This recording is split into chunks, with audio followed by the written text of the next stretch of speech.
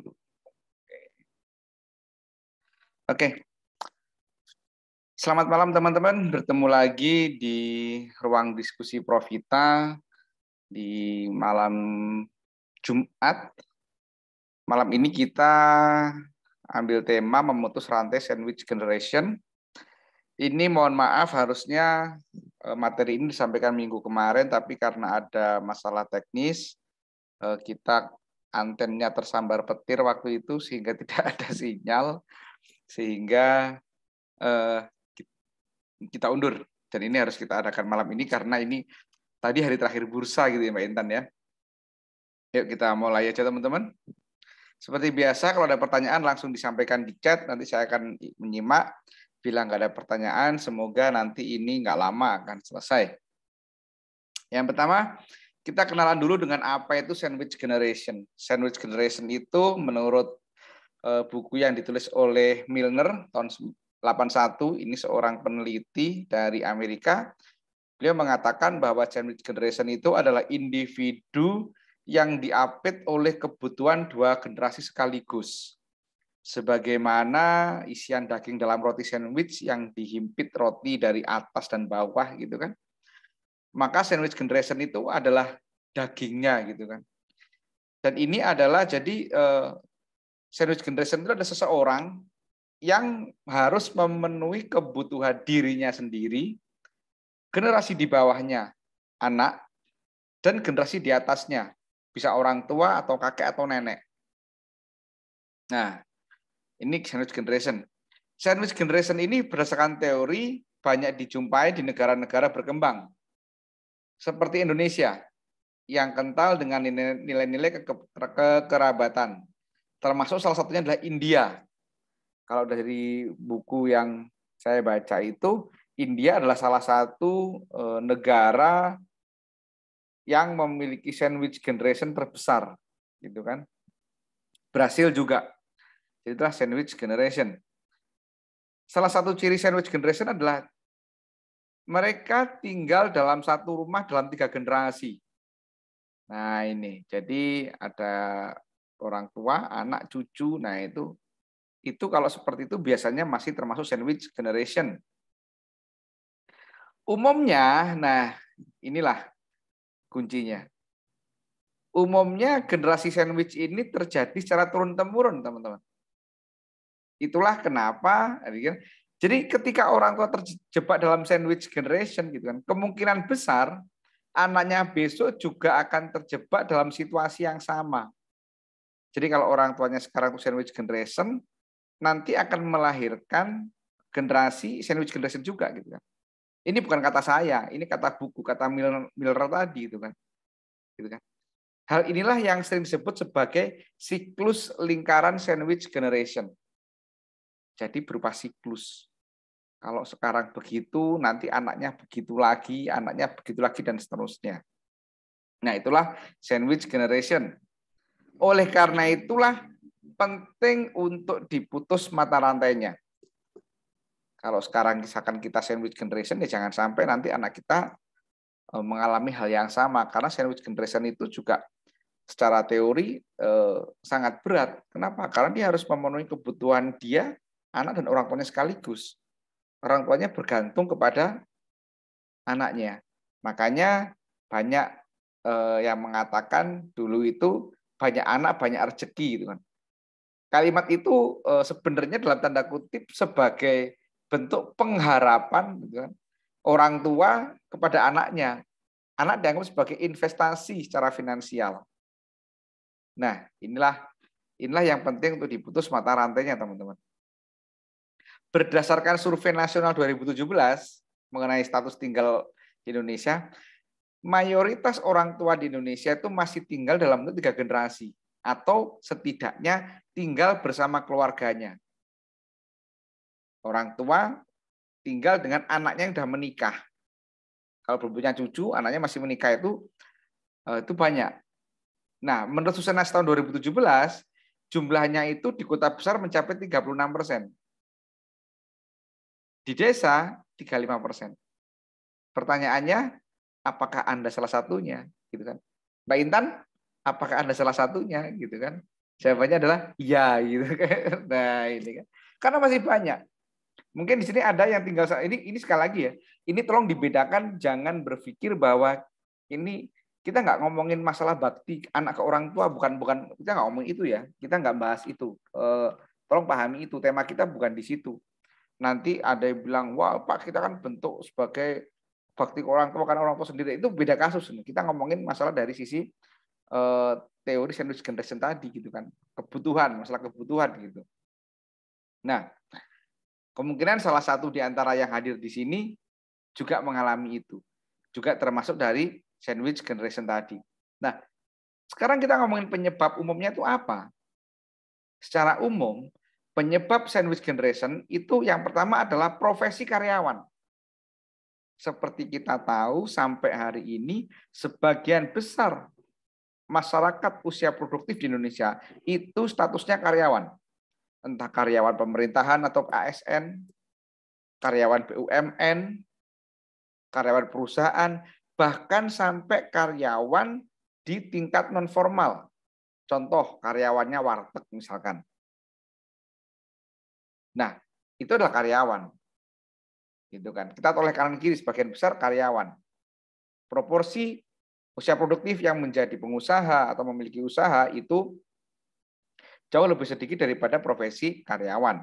Gitu kan. Nah, tipikal karyawan ini yang pertama standarnya gaji pas-pasan. Ya, saya ngomong standar gaji pas-pasan itu artinya secara umum ya. Kalau kita omongin profesi karyawannya BUMN ya tentu beda. Atau karyawannya pemerintah atau ASN tentu tidak sama. Gitu kan. Nah, selanjutnya adalah sebagian besar karyawan di Indonesia tidak mendapat uang pensiun. Sebagian besar. Termasuk karyawan-karyawan di perusahaan yang bonafit. Kecuali ASN. Kecuali BUMN. Makanya orang-orang kelahiran tahun 80-an ini masih menjadikan ASN sebagai hal yang sangat menarik dan BUMN.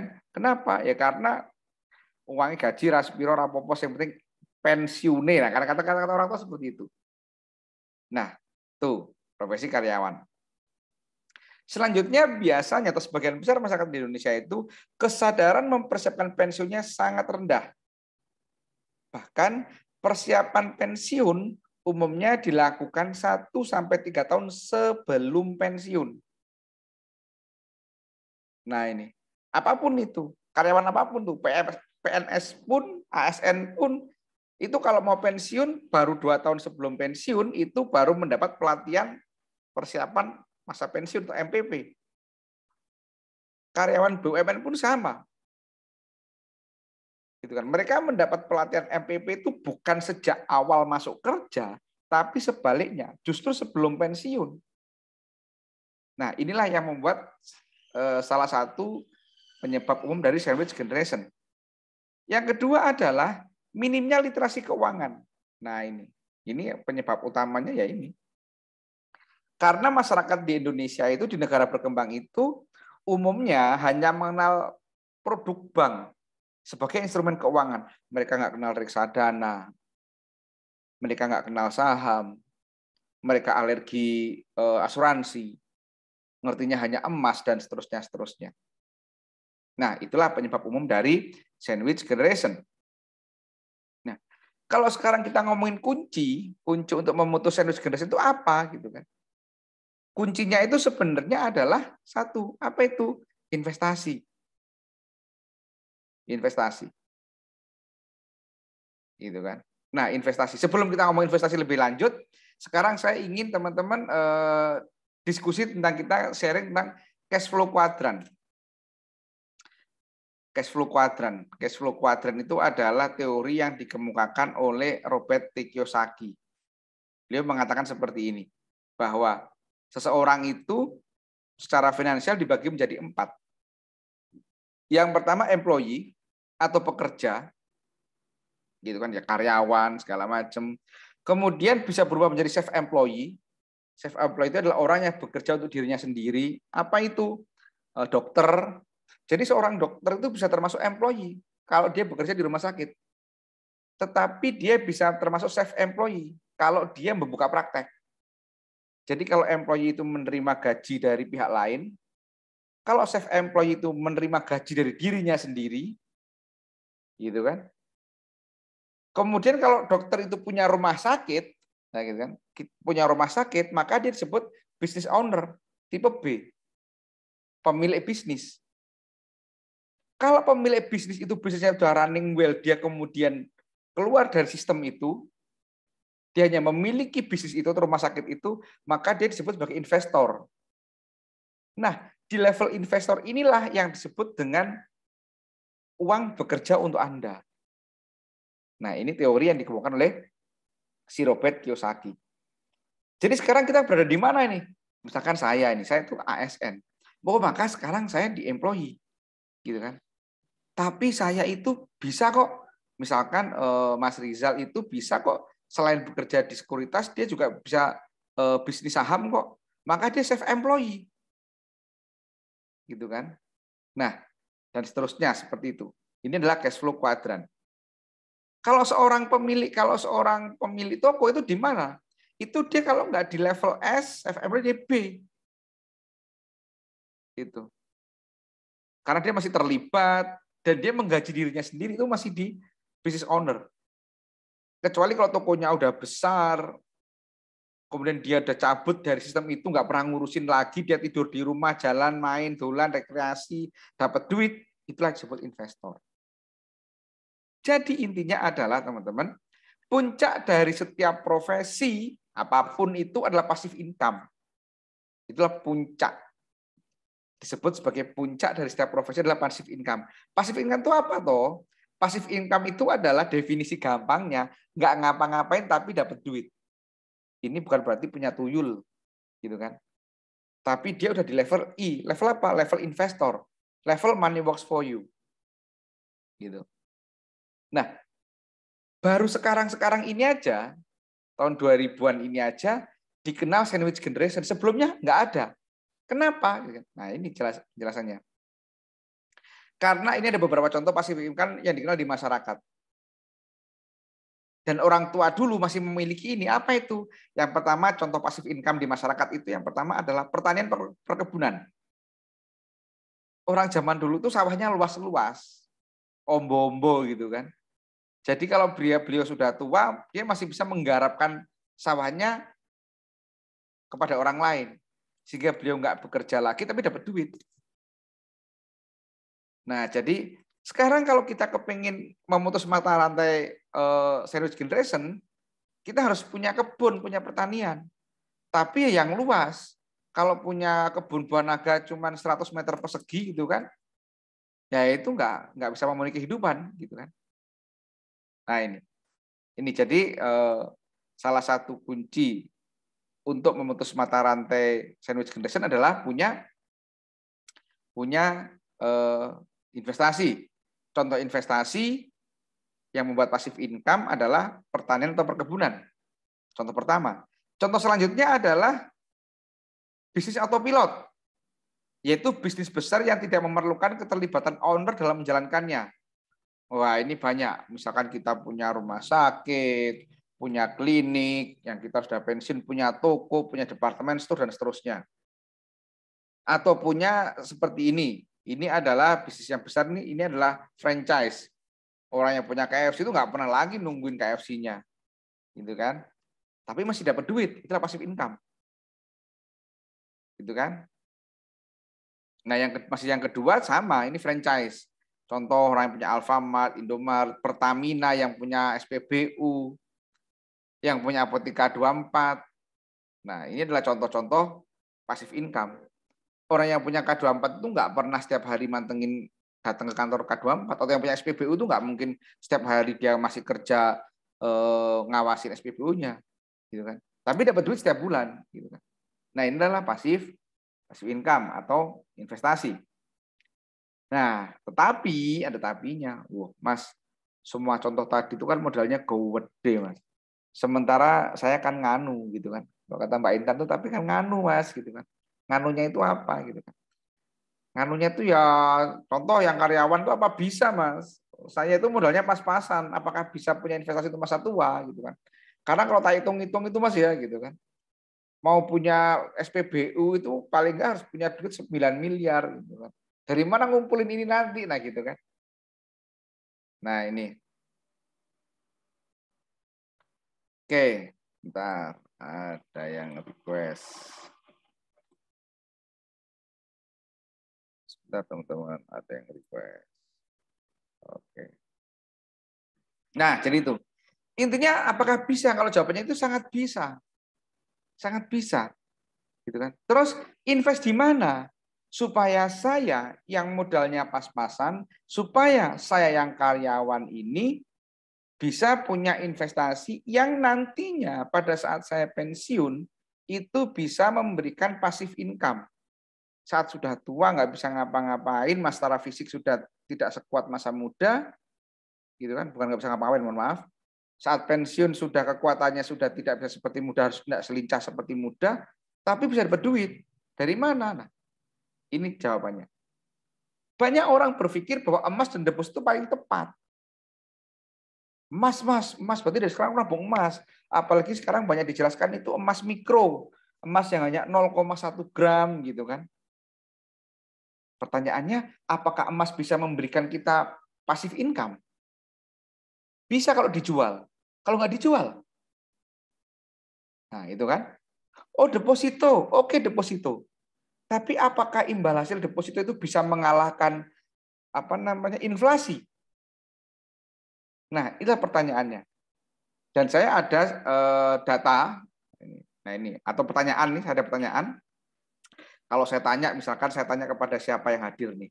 Ini yang hadir misalkan saya tanya kepada Bu Isna, ada Bu Isna di sini, ada Bu Isna. Ada Bu Isna, ada Pak Subaidi. Gitu kan.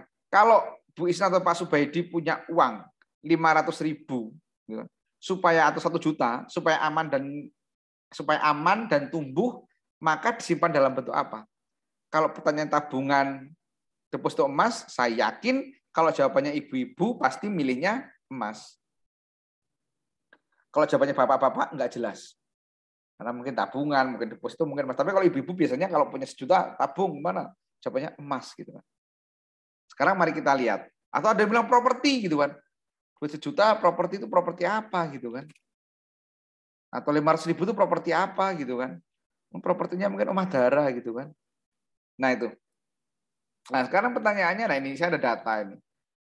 Dari data ada kita bandingkan antara saham, obligasi, deposito, emas, tabungan, dan seterusnya. Terbukti bahwa emas itu memiliki return yang paling tinggi. Return yang paling tinggi saham. Gitu kan. Nah, sekarang pertanyaannya banyak yang mengatakan bahwa wah, saham itu kan riba, saham itu apa, nggak ngerti segala macam. Nah, saya akan jelaskan sedikit apa itu saham, Bapak-Ibu sekalian. Teman-teman sekalian, saya akan jelaskan apa itu saham. Saham itu adalah instrumen finansial atau surat berharga yang menjadi bukti bagian kepemilikan sebuah perusahaan. Intinya gini, misalkan contoh di sini, misalkan saya kasih sebut, misalkan contohnya Bu Eni, Bu Enika. Bu Enika itu misalkan punya butik. Nah, Bu Enika itu punya butik. Bu Eni itu punya butik, kemudian kepingin butiknya berkembang bagus, kemudian Bu Eni ini kepingin mengembangkan usahanya, misalkan butiknya di Jakarta. Nilai butiknya itu misalkan 1 miliar atau 10 miliar. Kemudian kepingin membuka usaha sendiri di Cilacap misalkan. Gitu kan? Di Cilacap. Setelah survei untuk membuka butik yang sama itu dibutuhkan dana 5 miliar. Tapi Bu Eni hanya punya uang 3 miliar, kurang. Maka Bu Eni ngajak saya, Mas Pur, ayo buka butik di Cilacap. Oh iya Bu, saya ada uang 1 miliar. Masih kurang 1 miliar, ngajak Mbak Intan. Mbak Intan, yuk. Oke Bu, saya ada uang 1 miliar. Akhirnya berdirilah butik itu, butik Eni Cilacap gitu kan misalkan. Maka kalau sekarang saya bertanya, butik Eni Cilacap itu punya siapa? Maka saya bisa mengatakan itu bukan punya Bu Eni aja, tapi punya bertiga. Dengan porsi kepemilikan Bu Eni punya 60%, saya 20% karena hanya setor 1 miliar dari 5 miliar tadi, Mbak Intan punya 1 miliar. Jadi kalau butik itu untung 100 juta, maka saya mendapat 20 juta, Mbak Intan 20 juta, Bu Eni 60 juta.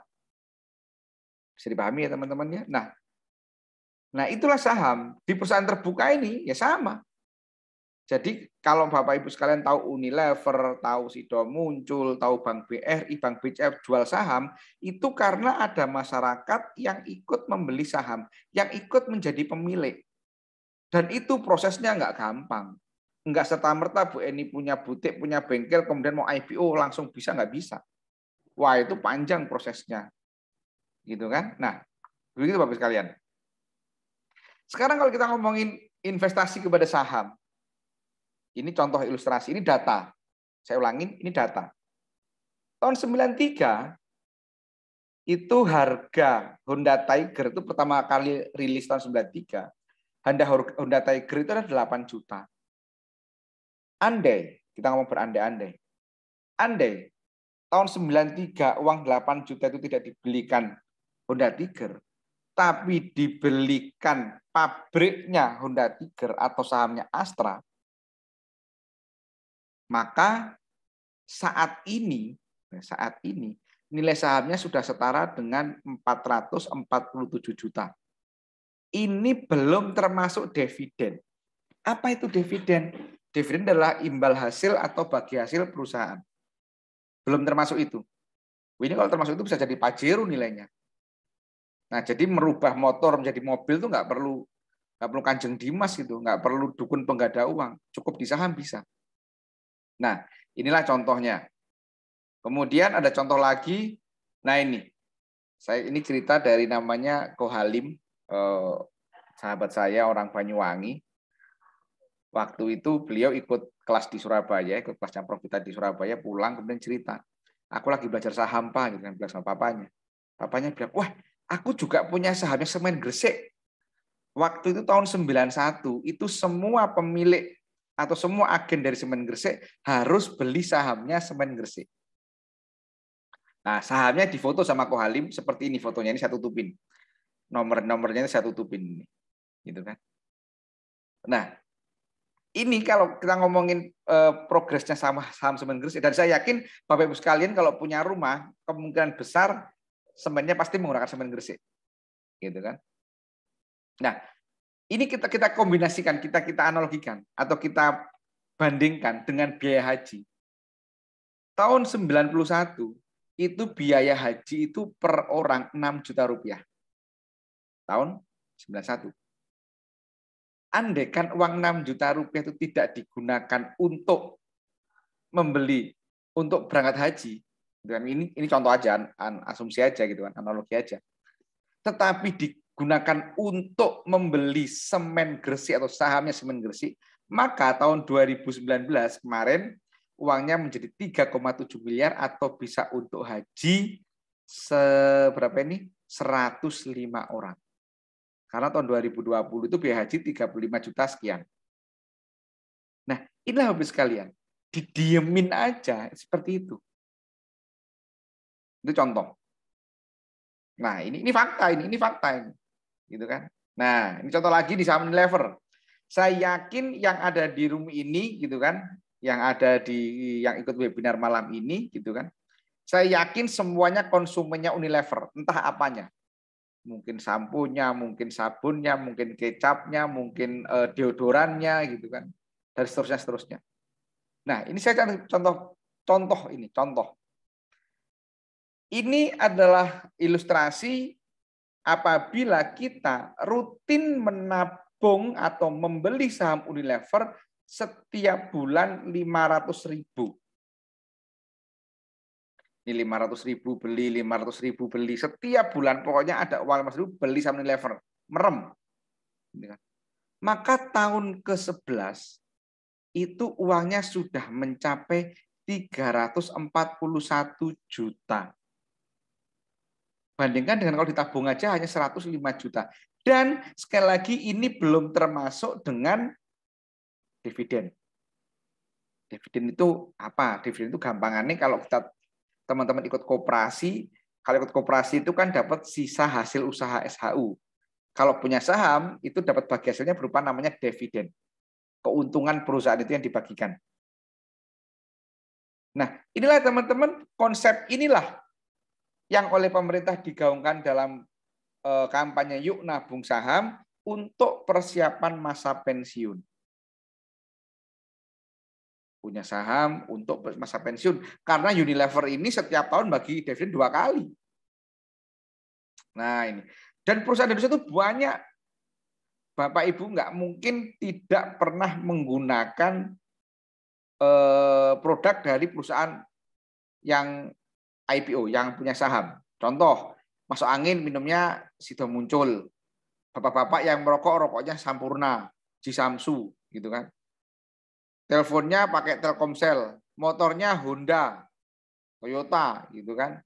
Terus makannya di KFC, nabungnya di BCA BNI, emasnya produksi Antam, gitu kan. Apalagi beli alat rumah tangga di S Hardware, gitu kan.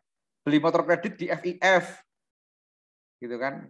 Kalau misalkan lagi nggak enak badan, beli obatnya di Kalbe Farma atau di Kimia Farma, dan seterusnya. Ini sangat banyak sekali, gitu kan? Atau kalau saham semen 3 roda itu Holcim itu sekarang SMGR, gitu kan? Nah, Semen Indonesia, gitu. Jadi banyak sekali. Tetapi sayangnya sampai hari ini persepsi masyarakat tentang saham itu masih negatif. Banyak yang bilang saham itu haram, judi, riba, ribet, sulit waktu khusus, modal besar, dan seterusnya. Kalau ngomongin modal besar itu banyak orang yang belum tahu kalau ternyata saham itu, harga saham itu sebenarnya jauh lebih murah daripada harga harga parkir, biaya parkir. Bapak-Ibu sekalian tahu ini, tahu perusahaan apa ya? Perusahaan tahu Bukit Sentul. Bukit Sentul. Nah, Bukit Sentul itu yang punya Aeon Mall, gitu kan. Itu properti terbesar salah satu pemain properti di Indonesia dengan bank land terbesar di Indonesia itu Bukit Sentul. Harga saham Bukit Sentul itu sekitar Rp80 kalau nggak salah. Sekitar 80, nggak tahu berapa Mas Rizal. Nah itu. Sementara kalau kita parkir itu 2.000. Nah sekarang mahal mana? Parkir sama beli sahamnya tadi Bukit Sentul. Atau kalau kita masuk angin deh. Kita masuk angin tuh minum Sido Muncul, minum tolak angin. Nah, produknya sudah muncul, gitu kan. Pada harga saham tolak angin tuh kalau Sido Muncul tuh kalau orang nggak ngerti ngomongnya jutaan, bahkan mungkin miliaran. Padahal harga saham Sido Muncul itu adalah 1.500-an. Maaf, 800-an, maaf. 800-an.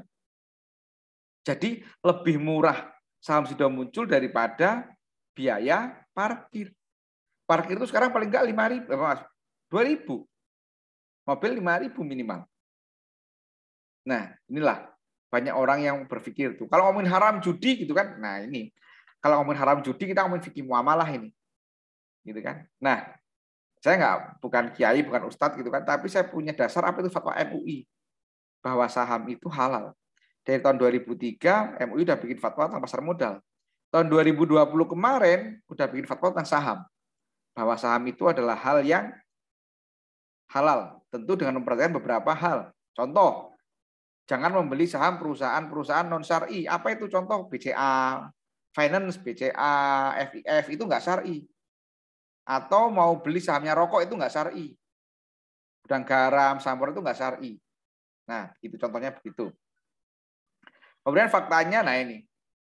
Jadi ada satu statement menarik yang mengatakan bahwa negara maju itulah negara yang pemanfaatan pasar modal oleh masyarakatnya cukup tinggi. Singapura 40%, Malaysia 30%, Korea Selatan 25%. Ini data 3 tahun yang lalu. Dan Indonesia alhamdulillah udah 3 digit, yaitu 2,47 kalau nggak salah. Iya kan? Indonesia 24%, cuma tambah kepisah koma sedikit. Nah, inilah Bapak sekalian, masih sangat jauh, masih sangat kurang. Bahkan dari 2,4 ini 50% diantaranya baru muncul tahun 2021 ini. Makanya sekarang itu ada istilah investor generasi corona, gitu kan.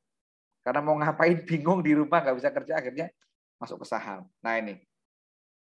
Nah, oleh karena itu pemerintah sudah bikin kampanye Yuk Nabung Saham yang sudah dimulai atau digaungkan oleh waktu itu Wapres Yusuf Kala. dari tahun 2015 bulan November kemarin. Nah, jadi ini sudah program pemerintah saham ini. Tapi masih banyak orang berpikir bahwa saham itu sama dengan forex. Sama lagi apalagi ya Mas Rizal, saham itu kripto gitu kan. Itu beda sama sekali. Mereka itu berbeda, tidak punya ikatan persaudaraan, lain bapak, lain ibu gitu kan, beda semuanya. Nah, bahkan kalau ada yang takut, wah ini saham nanti rugi kemarin. Resiko saham itu jauh lebih kecil daripada risiko bisnis konvensional Bapak Ibu sekalian, teman-teman sekalian. Gitu kan? Kalau kita kasih contoh risiko bisnis konvensional kita dengan saham kita compare gitu kan. Contoh warung kopi. Warung kopi ini kalau kita punya warung kopi untuk membuka warung kopi seperti ini paling tidak modalnya 100 juta gitu kan. Kalau kita breakdown ada sewa tempat 25 juta, renovasi, meja kursi dan seterusnya. Promosi atau karyawan dan seterusnya itu 10 juta, bahan baku 20 juta. Sehingga 100 juta itu habis. Sekarang pertanyaan saya, kalau si warung kopi ini mencatatkan net profit per bulan 5 juta, ini net profit bersih, bukan omset, net. Gitu kan? Pertanyaan saya, apakah dia ada untung? Jawabannya adalah belum. Kenapa belum? Karena dia belum balik modal. Kapan balik modal? Nunggu bulan ke-20. Bulan ke-21 baru untung dia. Dan selama 20 bulan ini, wah itu luar biasa. Harus nungguin karyawan, harus dipantau dulu. Belum lagi nanti kena palak preman. Kalau sudah rame dikit dapat surat cinta dari pajak, dan seterusnya. Saya sudah pernah ngalamin momen ini. Gitu kan? Nah, kalau nggak laku gimana? Misalnya nggak laku nih, udah 5 bulan nggak laku, kemudian strategi promosi, diskon, internet marketing dan nggak laku, apa yang terjadi? Ya suntik mati alias itu. Modalnya gimana gitu kan? Ya wassalam. Nggak mungkin renovasinya kita minta, nggak mungkin sewa modalnya kita minta separuh, nggak mungkin. Sewa tempatnya separuh nggak mungkin. Mungkin yang bisa dijual alat-alatnya gitu kan. Nah, sementara kalau saham itu sama dengan emas. Misalkan ini contoh harga emas global nih. Ini pada bulan Februari, bulan Juni 2011 harganya tertinggi, mencapai 1.800. Saat orang membeli emas di bulan Juni 2011, nah ini waktu harganya 1.800 troy ounce, gitu kan? Apakah sekarang rugi saat harganya 1.400? Jawabannya adalah tidak. Kenapa kok tidak? Karena emasnya masih di tangan. Dikatakan rugi apabila pada saat ini harga turun saham emasnya dijual. Kalau nggak dijual ya kan masih di tangan. Tunggu aja naiknya. Nah, saham pun sama. Saham pun sama dengan emas. Nggak ada istilah basi selama perusahaannya masih berdiri. Nah, saham ini akan memberikan passive income bagi pemiliknya. Berupa apa itu? Berupa dividen atau sisa hasil usaha tadi. Jadi inilah konsep passive income. Inilah salah satu cara untuk memutus sandwich generation. Ya kan? Saya mau cerita sedikit tentang salah seorang alumni saya, alumni Profita. Beliau itu orang tuanya itu adalah mantan karyawan BUMN. Beliau itu nggak sadar jadi miliarder. Ini ceritanya menarik. Waktu tahun 2000-an awal 2000-an, BUMN tempat si bapak ini bekerja sebesar namanya Pak Soleh. BUMN tempat Pak Soleh bekerja ini IPO. Pak Soleh mendapat jatah, gitu kan. Jadi banyak perusahaan yang IPO itu memberikan jatah kepada karyawannya. Contoh BRI, PTPP, termasuk Prodia, termasuk Sido Muncul dan seterusnya. Ini bapak ini sama, gitu kan. Suatu ketika waktu IPO dia dapat jatah, kemudian dikasih opsi sama koperasi karyawannya. Opsinya itu apabila berkenan nanti bonus tahunannya 20% dipotong untuk dibelikan saham perusahaan itu. Dan bapak ini orang Pekalongan, gitu kan, orang Pekalongan. Sekarang anaknya jadi penjual batik di Bondowoso sana, gitu kan. Nah, si bapak tadi mau tanda tangan. Jadi setiap tahun, bonus tahunannya itu dipotong 20% untuk dibelikan saham perusahaannya. Singkat cerita, waktu menjelang Pilpres 2014 si bapak ini pensiun. Kemudian dihitung-hitung, istrinya ngitung. Ternyata bapak ini total yang disetor untuk membeli saham itu totalnya 140-an juta. Wah, jadi selama berapa belas tahun bekerja itu dihitung-hitung sekitar 140 juta. Kemudian beliau datang ke kantornya, ke koperasi kantornya itu mau mencairkan sahamnya. Dan betapa kagetnya beliau, uang 140 juta tadi sudah menjadi 4, sekian miliar.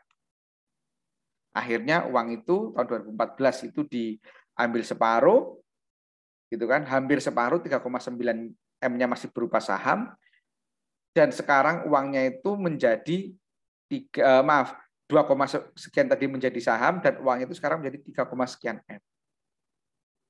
Menariknya Bapak Ibu sekalian, teman-teman semua, si Bapak ini, Pak Soleh ini, sekarang setiap tahun menerima dividen tidak kurang dari 80 juta rupiah per tahunnya. Tentu itu angka yang sangat lumayan untuk seorang pensiunan. Jadi beliau sekarang itu sudah bisa dikatakan tidak lagi membebani anak-anaknya untuk kehidupannya. Kenapa? Karena salah satunya punya sumber income dari mana? Dari dividen tadi. Apakah bapaknya bekerja? Tidak. Bapaknya momong cucu sekarang. Bapaknya jualan ke sana ke sini. Karena anaknya ada yang sekarang menjadi hakim di Sumatera Barat sana, di Padang. Gitu kan? Jadi wirawiri, gitu kan, Bondowoso, Pekalongan, mungkin Padang, seterusnya. Tapi masih dapat duit. Nah, cerita inilah Bapak Ibu sekalian yang bisa menjadi inspirasi kita untuk memutus mata rantai sandwich generation. Gitu kan? Nah, ini cerita si Bapak tadi. Nah, kelebihan saham dibanding instrumen lain itu apa sih? Jadi yang pertama modal kecil. Modal kecil. Bahkan pembukaan rekening itu bisa mulai dari 100.000. 100.000. Gitu kan. Nah, itu hanya sekali dolan ke Starbucks gitu kalau orang kota gitu kan. Dan ini saham itu bisa dicicil sesuai kemampuan. Ada duit ya beli, enggak ada ya enggak beli, bebas. Jadi kita nabung, tapi nabungnya bukan dalam bentuk uang, tapi dibelikan saham. Seperti program pemerintah tadi, yuk nabung saham gitu kan. Ini program pemerintah dan saham ini transparan, baik harganya maupun kondisi perusahaannya semua dijelaskan. Makanya namanya kalau perusahaan sudah IPO itu namanya perusahaan terbuka. Kenapa? Karena semuanya transparan. Itulah kelebihan saham. Nah, sekarang kalau kita sudah tahu instrumen adalah investasi adalah kuncinya, pertanyaan selanjutnya adalah mau dimulai kapan? Jadi kalau menurut saya, kapan dimulainya? Ya sedini mungkin. Itu yang pertama. Kalau sudah kerja, mulailah berinvestasi itu dilakukan 1-2 tahun sejak mulai kerja. Bukan sejak 1-2 tahun menjelang pensiun. Nah, ini yang penting. Jadi Bapak sekalian kalau sudah punya putra yang sudah mulai bekerja, dikenalkan ini sejak awal. Syukur-syukur ya masih sekolah, masih kuliah. Jadi belajar menyisihkan uang saku untuk beli saham, toh murah kok, hanya 100.000. Gitu kan. Nah, ini. Jadi kalau Bapak Ibu tertarik, Bapak Ibu nanti bisa yang pertama membuka rekening sekuritas, hubungi sekuritas manapun bebas. Ada 110 sekuritas. Kalau nanti mau saya bantu atau Mbak Intan bantu, bisa masuk ke Panin, bisa hubungi Mbak Intan gitu kan. Dan program proses pembuatannya itu langsung selesai bisa. Nanti bisa kontak Mbak Intan.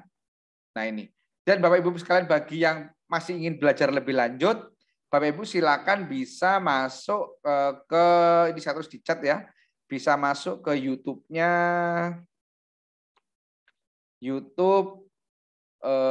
sebentar, YouTube-nya Profita Institute.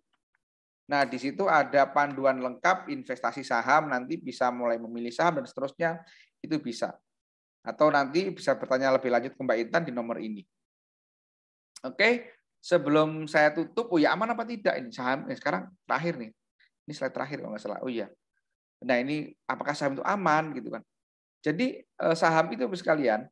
Jadi kalau kita mau buka rekening itu kan syaratnya tadi EKTP kan, sama punya rekening tabungan. Nanti datang ke sekuritas, ada 110 sekuritas di Indonesia kalau nggak salah. Nanti oleh sekuritas akan dibuatkan rekening dana nasabah. Rekening ini adalah rekening yang bisa untuk beli saham. Nah, hasil jual saham larinya ke RDN lagi.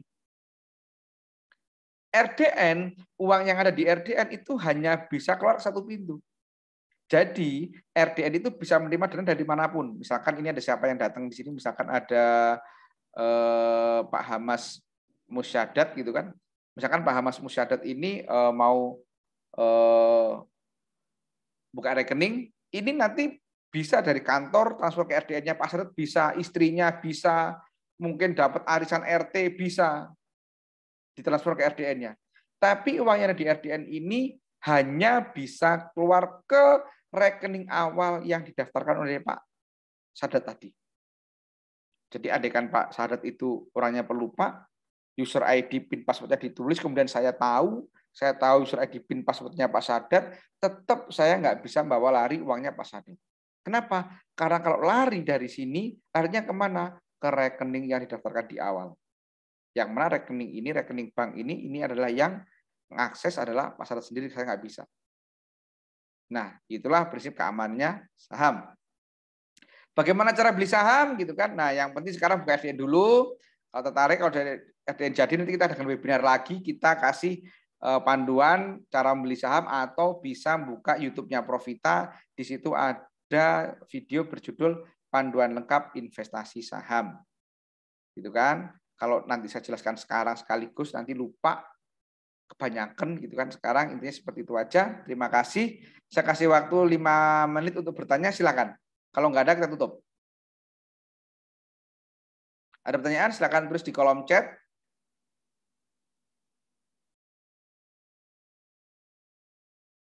Ada pertanyaan? Kalau belum punya KTP, bagaimana bikin rekeningnya? Belum bisa, Bu Eni.